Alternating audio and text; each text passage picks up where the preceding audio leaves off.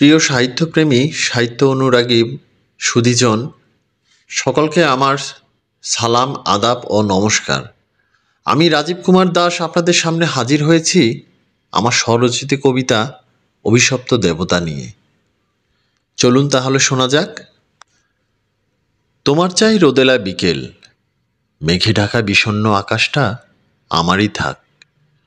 মনের সুপ্ত বাসনাগুলোকে জাগ্রতে রেখো, শেষ বেলায় ফিরব আমি তোমারই উঠোনে। সারা বেলায় কুড়িয়ে পাওয়া দুঃখগুলোকে বেঁধে রেখো মমতায়। আমার ভাণ্ডারে জমা আছে অফুরন্ত সুখ, দুঃখের বিনিময়ে সুখগুলো বিলাবো তোমার আঁচলে। তোমার চাই বসন্ত বিহার, নিষ্ঠুর চৈতালির দুপুরটা আমারই থাক। কুৎসিত অমানিসার আধার ছিনিয়ে নিলে তোমার উঠোনে জাগবে চন্দ্রিমা যুগ যুগান্তর। যা কিছু শুভ্রতা আমার জন্য নয়, আমি পুরোটাই বিলাবো তোমার তরে।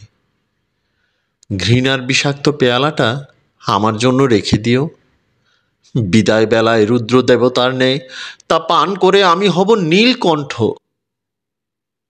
তিরস্কারের মন্ত্রে আমায় একটু বরণ করে নিও, আমি আশীর্বাদের মৌরি সাজিয়ে দেব তোমার ললাটে।